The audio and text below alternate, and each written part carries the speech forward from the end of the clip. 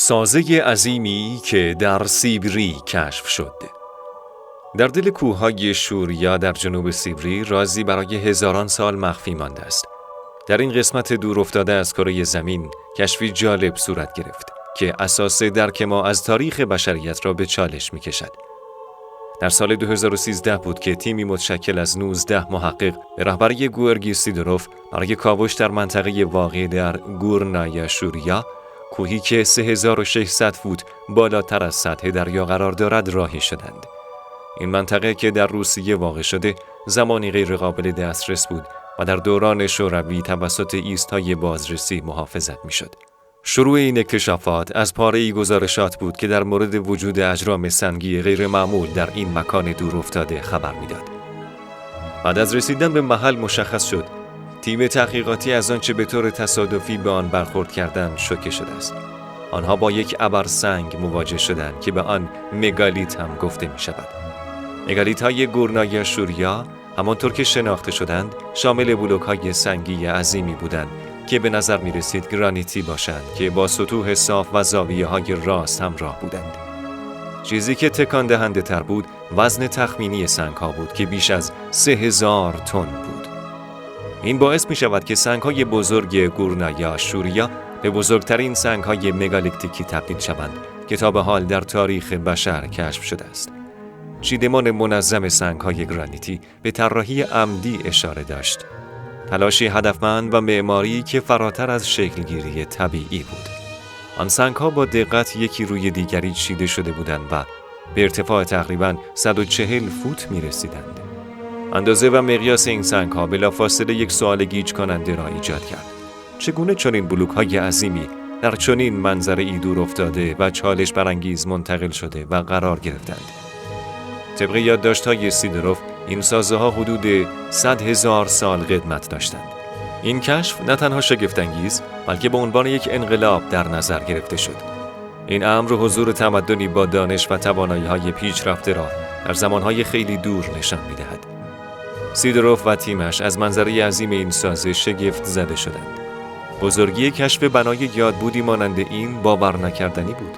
اثری که برای سالها پنهان مانده بود، شاهدی خاموش بر گذشت زمان و احتمالاً ظهور و سقوط یک تمدن ناشناخته بود. بینش‌ها و مشاهدات نوشته شده توسط سیدروف در کشف اسرار این سایت مرموز بسیار مهم است. منظره بلوک‌های گرانیتی عظیم سطحی از پیچیدگی معماری را نشان می‌دهد که در آن دوران تصور نمی‌شد سیدروف به شباهت این سازه با دیگر سازه‌های مگالیتیک باستانی مانند استونهنج و اهرام مصر اشاره کرد که در عین حال در نوع خود منحصر به فرد است. ابعاد سازه همانطور که سیدروف ثبت کرده بود خیره کننده بود. این سازه حدود 700 فوت طول داشت. سنگ‌های جداگانه هر کدام حدود 65 فوت طول و بین 16 تا 23 فوت ارتفاع داشتند. این ارقام فقط اعداد نبودند بلکه نشان دهنده تلاش عظیم انسانی بودند، شاهکاری که با توجه به محدودیت‌های تکنولوژیکی مفروض آن زمان تقریباً غیر ممکن به نظر می رسید. سیدروف و تیمش نظریه‌های مختلفی را در مورد منشأ سازه در نظر گرفتند. یک فرضیه غالب این بود که این تمدن محصول یک تمدن باستانی است. تمدنی که دارای تکنولوژی و دانش بسیار فراتر از آنچه قبلاً تصور می‌شد بوده است. این فرضیه سوالات متعددی را در مورد توانایی‌های مردمان باستان و وجود بالقوه تمدن پیچیده‌ای که به نوعی در تاریخ گم شده بود ایجاد کرد. سیدروف علاوه بر این معما گزارش داد که سوراخ‌های دایره‌ای بر روی برخی از سنگ‌ها وجود دارد که به نظر گردی کاملی دارند. جالبتر این که روی سنگ‌ها نشانه‌هایی از ذوب شدن نیز دیده شده. به نظر می رسید که در مناطق خاصی سنگ‌ها ذوب شده و تو خالی شدند یا تغییر شکل دادند. سیدروف این ذوب‌ها را به نوعی همجوشی سنگ‌های باستانی نسبت داد. او همچنین از احتمال انفجار هسته‌ای قدرتمند یا نیروی مخرب مشابهی نوشت، چون سنگ‌های مگالیتیک زیادی در اطراف محل پراکنده شده بودند و ظاهراً توسط یک نیروی قدرتمند منفجر شده بودند. همه اینها سوالات بیشتری را در مورد هدف سازه و سرنوشت سازندگان آن ایجاد کرد. پیچیدگی سایت با توصیف سیدروف از ساختارهای اضافی در نزدیکی سازه بیشتر برجسته شد. او از ساخت و ساز عجیبی از تخت سنگ‌های عمودی که بر روی یک پایه غول پیکر ایستاده‌اند صحبت کرد. و علاوه سیدروف بیان کرد که چگونه در طول سفر خود با پدیده‌های غیر قابل توضیحی روبرو شدند. قطب نماهای کل گروه به طور نامنظم رفتار می‌کردند و به طور غیر قابل توضیحی از مگالیت‌ها منحرف می‌شدند. این پدیده منجر به گمان زنی‌هایی در مورد یک میدان ژئومغناطیسی منفی در این منطقه شد که احتمالاً یک اثر باقی مانده از نوعی میدان انرژی باستانی است.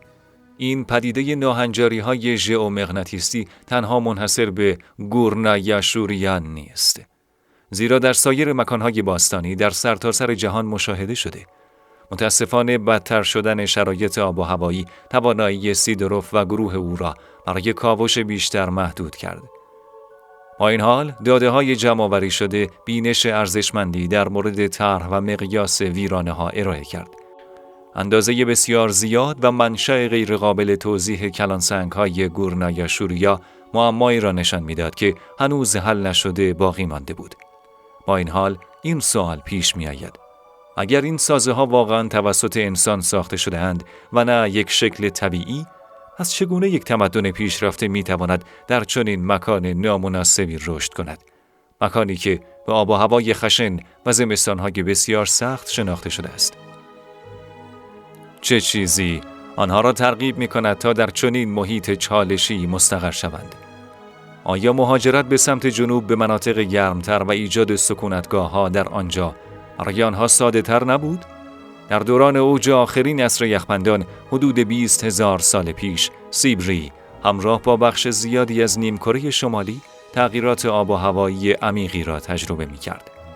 با وجود آب و هوای سردتر و گسترش صفحات یخی، با این حال شرایط سیبری نسبتاً مساعدتر از اروپا و آمریکای شمالی بود. برخلاف یخبندان گسترده‌ای که آمریکای شمالی و شمال اروپا را فرا گرفته بود، سیبری به طور کامل توسط صفحات یخی پوشیده نشده بود. این منطقه عمدتاً با یک زیست بوم گسترده مشخص می‌شد که شرایط سرد و خشکی داشت، اما علف‌ها و گیاهان علفی فراوانی داشت. این اکوسیستم منحصر به فرد بود و از مجموعه متنوعی از مگافون‌ها مانند ماموت‌های پشمالو، کرگدن‌های پشمالو و دیگر گیاهخواران بزرگ و همچنین شکارچیانی که آنها را شکار می‌کردند همراه بود. این محیط غنی از منابع فراوانی برای حمایت از جمعیت انسانی بود و هم غذا و هم مواد ضروری برای بقا را ارائه می‌کرد. در واقع اکتشافات باستانشناسی مانند ابزار و مصنوعات قبلاً ثابت کردند که در عصر یخبندان جمعیت‌های انسانی در سیبری زندگی می‌کردند. جذاب‌تر این که این اکتشافات زمانی بود که دانشمندان روسی مکانی را کشف کردند که مربوط به آخرین عصر یخبندان بوده که شکارچیان باستانی در آنجا زندگی می‌کردند. این سایت مملو از ابزارهای سنگی، اسلحه‌های ساخته شده از عاج، استخوان‌های ماموت، گاومیش‌های کهاندار، خرس، شیر و خرگوش بود. تمام حیواناتی که در آن دوره عصر یخبندان در دسترس شکارچیان بودند. دانشمندان با استفاده از تکنیک تاریخیابی که نسبت کربن را اندازه‌گیری می‌کند، تعیین کردند که آثار باستانی که در محل ذخیره شده است، قدمتش 2 برابر مونتورد شیلی است. کهن‌ترین حیات بشری شناخته شده در قاره آمریکا. دونالد گریسون، دیرین پژوه در دانشگاه واشنگتن در سیاتل گفت که این کشف بسیار مهم است چون بسیار قدیمی‌تر از هر مدرک ثابت شده دیگری از زندگی مردم در سرزمین‌های سرد سیبری است. در مقابل، قسمت اعظم شمال اروپا توسط صفحات یخی ضخیمی پوشانده شده بود و مناطق وسیعی را غیر قابل سکونت می‌کرد. یخ به شدت تحرک انسان و در دسترس بودن منابع را محدود کرد. سکونتگاه‌های انسانی در اروپا عمدتاً در نواحی جنوبی متمرکز بودند که اگرچه عاری از یخ بودند، اما همچنان آب و هوای سرد را تحمل می‌کردند. در این زمینه اگر سنگ‌های سیبری واقعاً در عصر یخبندان ساخته شده‌اند، نشان می‌دهد که سازندگان آنها بخشی از جامعه‌ای بودند که نه تنها خود را با آب و هوای سرد سازگار کردند، بلکه در آن زندگی می‌کردند. کشف مگالیت‌های گورنا شوریا نیز علاقه به نظریه‌های تاریخی جایگزین را برانگیخته. برخی از دانشمندان در مورد وجود یک تمدن پیش از سیل، یک جامعه پیچیده که قبل از یک رویداد فاجعه آمیز وجود داشته و بسیاری از تاریخ اولیه بشریت را از بین برد، حدس‌هایی می‌زنند.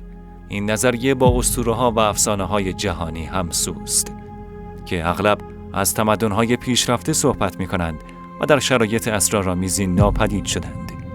جالب اینجاست که محوطه گورنا شوریه علیرغم اهمیت بالقوه تاریخی و باستان شناسی، موضوع هیچ تحقیق و تلاش‌های باستان شناسی بعدی قرار نگرفته است. این عدم تحقیق مداوم در مورد چنین سایت بالقوه آشکاری چندین سوال را ایجاد می‌کند و لایه‌ای از رمز و راز را به سنگ‌های مرموز می‌افزاید. نظر روسیه در مورد این سازه‌ها این است که آنها به صورت طبیعی به وجود آمدند. با این حال بدون بررسی جامع و کامل باستان شناسی چگونه میتوان مطمئن بود که سنگ‌های عظیم و ساختار غیرعادی صرفاً محصول فرآیندهای زمین شناسی طبیعی هستند؟ بسیاری از محققان مخالف نظریه طبیعی بودن این سازه‌ها هستند و زوایای دقیق و چیدمان بی‌عیب و نقص این سازه‌ها را ساخته دست بشر می‌دانند. آنها اشاره می‌کنند که این سایت بسیار شبیه به سایر مکان‌های مگالیتیک در سرتاسر جهان است که بدون شک ساخته دست بشر هستند.